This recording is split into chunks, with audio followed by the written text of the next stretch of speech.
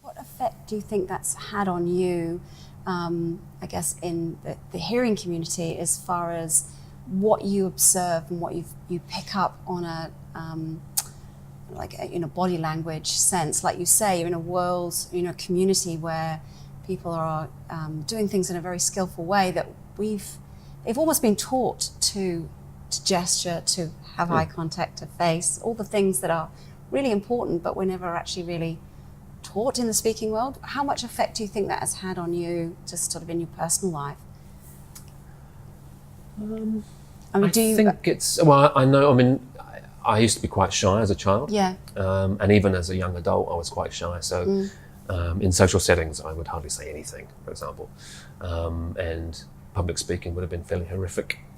I think the deaf community has given me a lot more sort of confidence and a lot more focus, perhaps, as well. Whether that's just because it's, you've got the sort of stereophonic nature of having two cultures.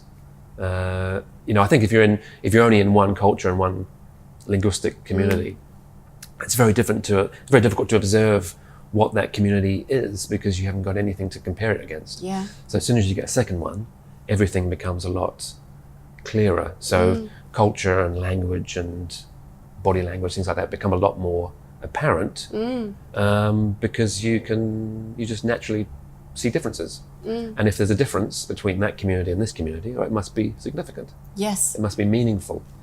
Yes. I think as well, part of your role is you're always assessing what information is relevant and what's not.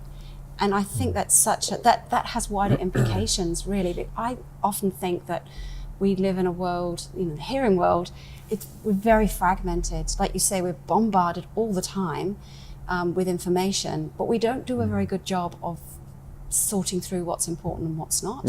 We just have this state of being sort of fuzzy. A lot of the time we don't have that really good idea of, okay, this is the important information that I need to be paying attention to.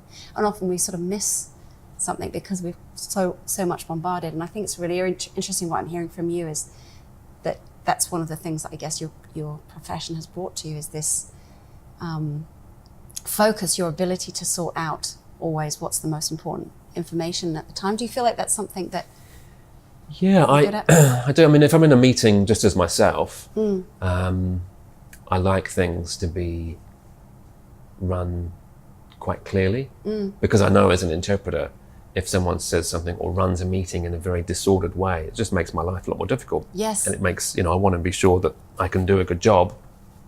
You're not helping when you're jumping around on the agenda. Yes. Or you're saying things that are incredibly ambiguous all the time. Yes. And so general, they're meaningless.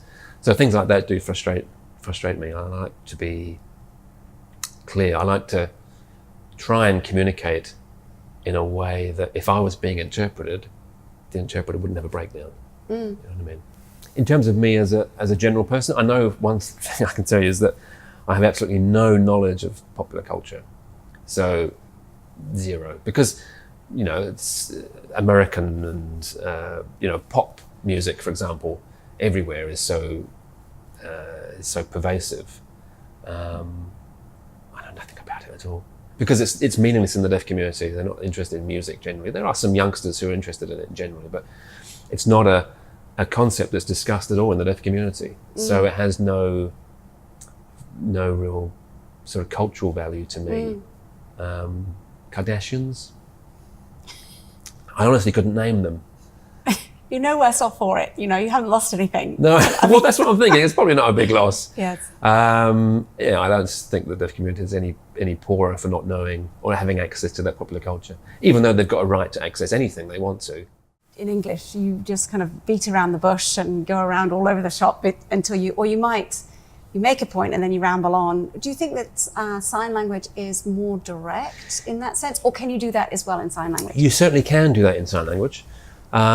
When people do that in sign language, when they tend to ramble and not get to the point, it's often considered as a very hearing way of communicating. Okay. So English allows us to abstract and yes. have a passive voice and all these kind of things. That's much harder to do in sign language. And I think historically, because language was so, and still is, so diverse, that if you have a group of deaf people together, chances are they all communicate in a slightly different way. So the longer you take to get to your point, the more chance 2 or 3 or 4 people have misunderstood what you're talking about before you've even made your point. But we're sort of unaware of that, whereas I suppose on sign language, you're much more aware of those sorts of things. I think, from my observations, deaf people in a meeting like that are more concerned that everyone in the meeting has understood that point. So I think often in hearing meetings that I'm part of, I can see that several people have sort of switched off or dropped out or are not really keeping up with things for whatever reason, because the presentation's so waffly or the topic's getting so abstracted.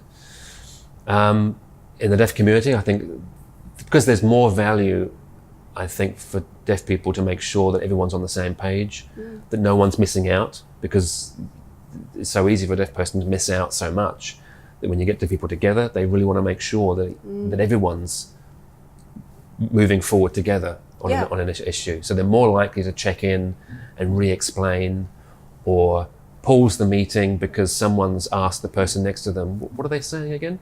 So they will pause it while that person explains, specific to that person, what the issues are. And that's kind of understood. That's not like, can you take that outside? Or it's valued. How fabulous is that that's actually valued? We don't do that enough, I think.